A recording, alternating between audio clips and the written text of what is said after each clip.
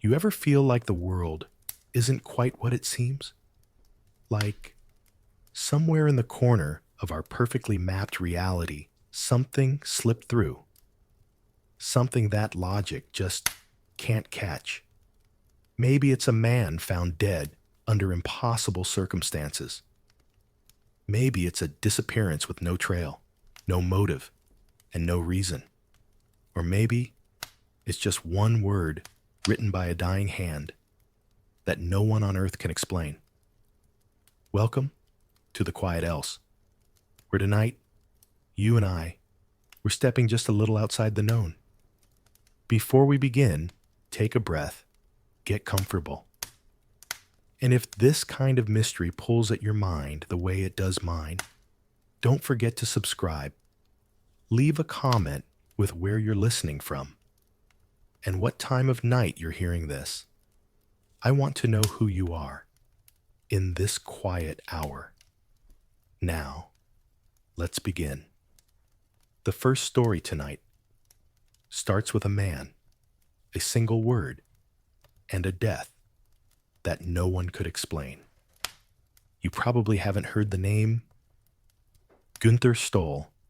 He wasn't famous, just a food engineer living quietly in West Germany back in the 1980s. But the way he died, it's the kind of mystery that clings to your mind long after the details are gone. It started with a word, 6 letters, scrawled hastily on a piece of paper. Y-O-G-T-Z-E. No explanation, no known meaning. Not in German, not in any language. Some say it looks like a code, some think it might have been a military term, or even an acronym. But the truth is, no one really knows what Yogza meant, except maybe Günther. And now, he's dead. Let's go back, just a few hours before his body was found. It was the night of October 25th, 1984. Günther was acting strange. He'd become paranoid in the weeks prior, telling his wife more than once, "They're coming for me. I don't know who they are, but they're watching." She thought it was nonsense, delusions. He didn't seem violent, just troubled, anxious. That night, out of nowhere, he suddenly shouted, "Now it's happening!" He rushed to the kitchen table, grabbed a pen, and scribbled that now infamous word, Yogzi. But then, he crossed it out, as if he'd thought twice, as if it was too much, too real to leave behind. Then, without saying another word, he left the house. Around 11 p.m., Günther was seen at a pub he used to frequent. Witnesses said he didn't order anything, didn't talk to anyone. He just collapsed. But not from alcohol, from fear. After a few moments, he got up, mumbled something no one could make out, and walked out again. That's the last confirmed sighting of him alive. What happened over the next 2 hours is still unknown. A blank stretch of time, one of many gaps in this story. But by 1 a.m., everything changed.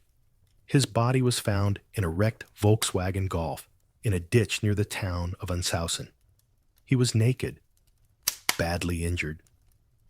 But strangest of all, he wasn't in the driver's seat. He was in the passenger seat. 2 truckers spotted the car by chance. When they stopped, they saw Günther, barely conscious. He was able to speak for just a moment. And what he said was chilling. There were 4 of them. They ran away. Then he died. No names. No motive. Just a cryptic phrase. And silence. Now here's where it gets even more bizarre. The injuries on his body?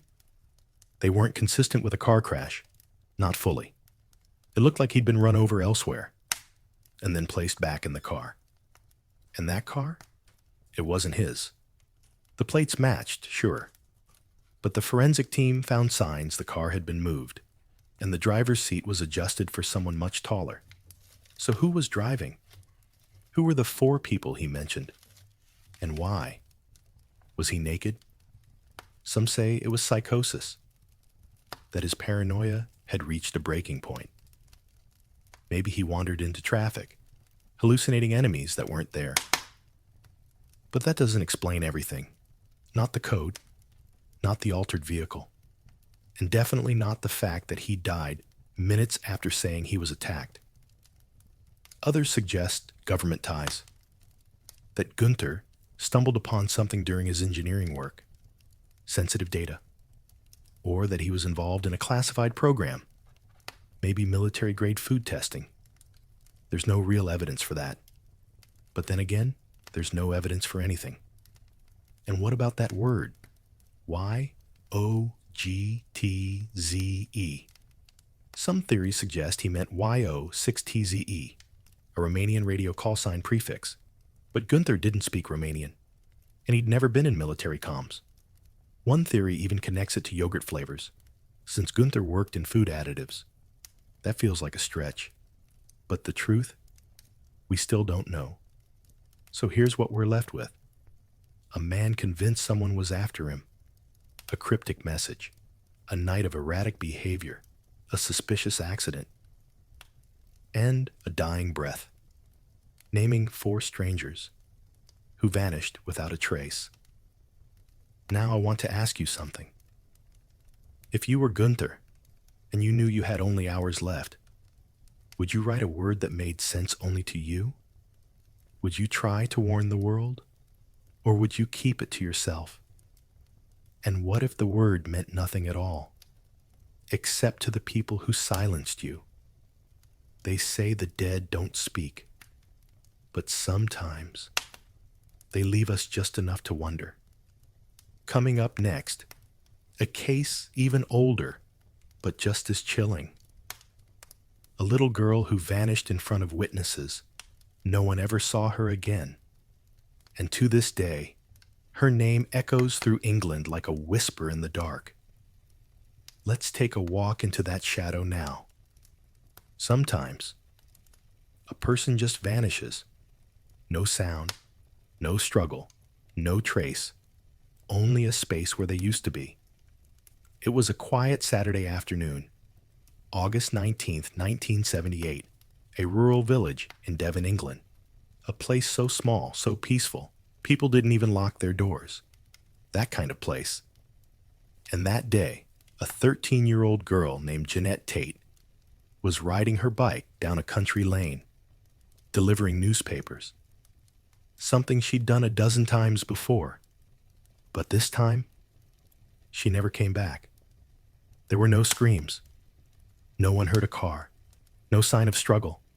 Just her bike. Lying on the road, papers scattered like fallen leaves. Still warm from her touch.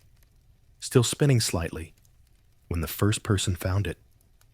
Now, here's where things get chilling. Only minutes earlier, 2 of Genette's school friends had seen her. She was ahead of them on the same road, waving back at them over her shoulder. By the time they caught up, she was gone. Gone in a matter of minutes. Think about that. You're walking down a quiet path. You see your friend just up ahead, happy, moving, alive. Then you turn the corner, and they vanished. It's not a movie. It's not a ghost story. It happened to real people. The police were called almost immediately, and for once, they took it seriously from the start. They launched the largest missing child search Devon had ever seen. Over 60 officers, tracker dogs, helicopters, door-to-door interviews with every household for miles. But after days of searching, nothing. Not a footprint, not a witness, not even a piece of clothing. So, what could have happened? The obvious theory was abduction. A car pulling up behind her, fast, grabbing her before she could scream. But how? This was a tiny rural lane. There were no tire marks. No one saw a suspicious vehicle. No sign that she'd even fought back. And Genette? She was the kind of kid who would have fought. Her parents were devastated. Her father, John, was a former police officer. He knew what the early hours meant. He knew how rare it was for a child to vanish that cleanly. And yet, he still believed she might walk back through the door one day, but she never did. Years passed. Leads came and went. Psychics claimed visions. Convicts wrote letters, some asking for immunity, some just to taunt. None of it led anywhere, until 20 years later. In the 1990s, a man named Robert Black was arrested in Scotland. He was a delivery driver who traveled across the UK. He also happened to be a serial killer, responsible for abducting and murdering multiple young girls in the 80s and 90s. And when police looked deeper, they found he'd been in the area around Devon at the exact time Genette disappeared. They questioned him, pressed him, but Robert Black never confessed. And without a body, without evidence, they couldn't charge him. He died in prison in 2016, taking whatever he knew with him. Today, Genette would have been in her 50s, maybe with children of her own, maybe still living in Devon, watching the leaves fall down that same country lane. But we'll never know, because on that warm afternoon in 1978, she was erased from the world, and no one knows why. It's stories like this that haunt me most, not just because of what happened, but because of what didn't happen. No answers, no closure, not even a moment to say goodbye. Just a hole in time, in space, in people's hearts. I want to ask you something. Have you ever walked a familiar road and suddenly felt like something unfamiliar was watching? Like time hesitated, like something could have gone differently if you'd taken one more step. I don't know what Genette felt, or saw, or feared, but I wonder if in those final seconds she knew this was not just a road through Devon. It was the edge of something else, a place we can't explain, and maybe never will. But there's one more mystery I want to tell you about. Not a vanishing, not a murder. This one is something different, something seen in the sky, not just by one person, but by an entire crew. Pilots, radar operators, military officers, and they all agree what they saw that night should not have been possible. Let's take to the skies. Some stories don't end where they should. Sometimes they just cut off mid-sentence, leaving behind static and silence and 1,000 questions. It was the evening of October 21st, 1978. Southern Australia. The sun had just dipped below the horizon. A young man named Frederick Valentich, just 20 years old, was flying a small plane, a Cessna 182L, from Melbourne to King Island. It should have been a routine flight. Clear skies, good weather, plenty of fuel.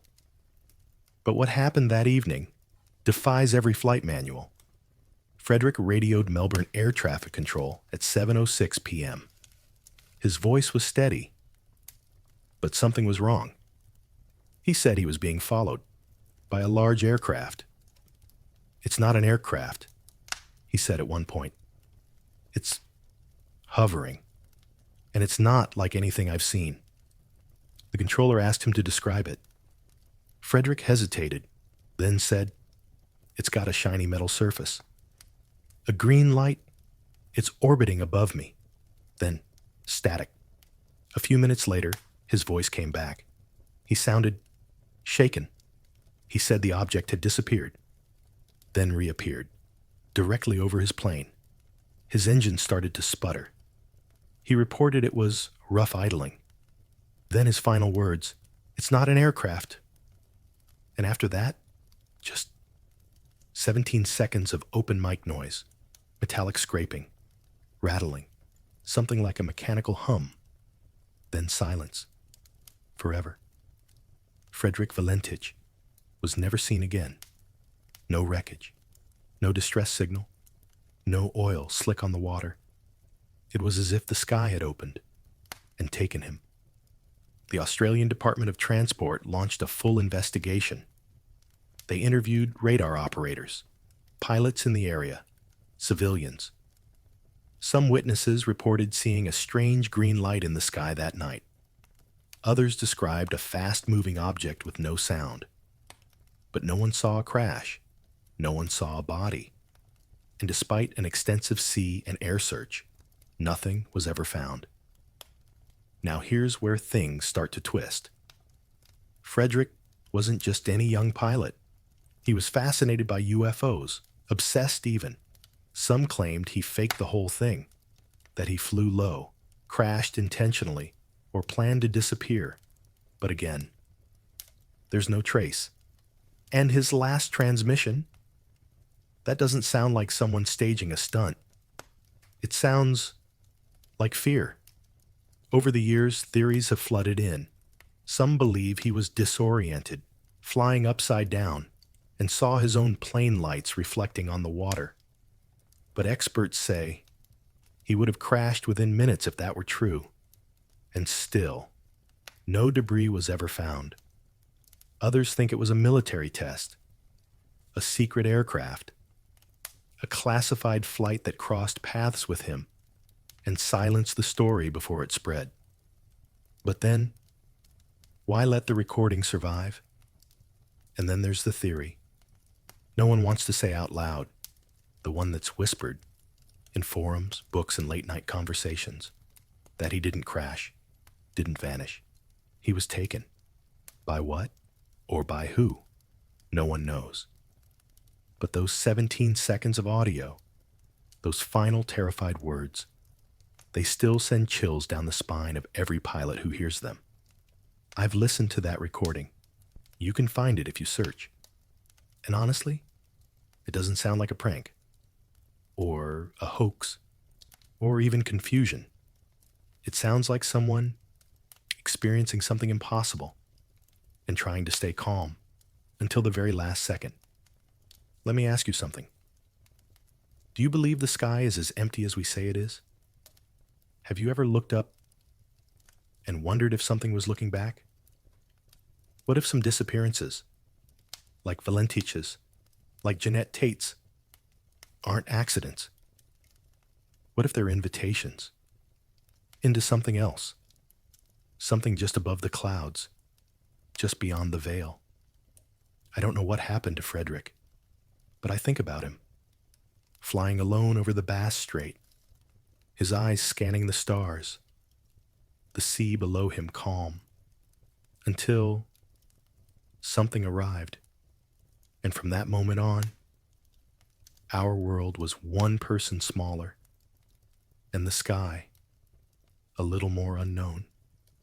3 stories, 3 vanishings, 3 people who were just gone.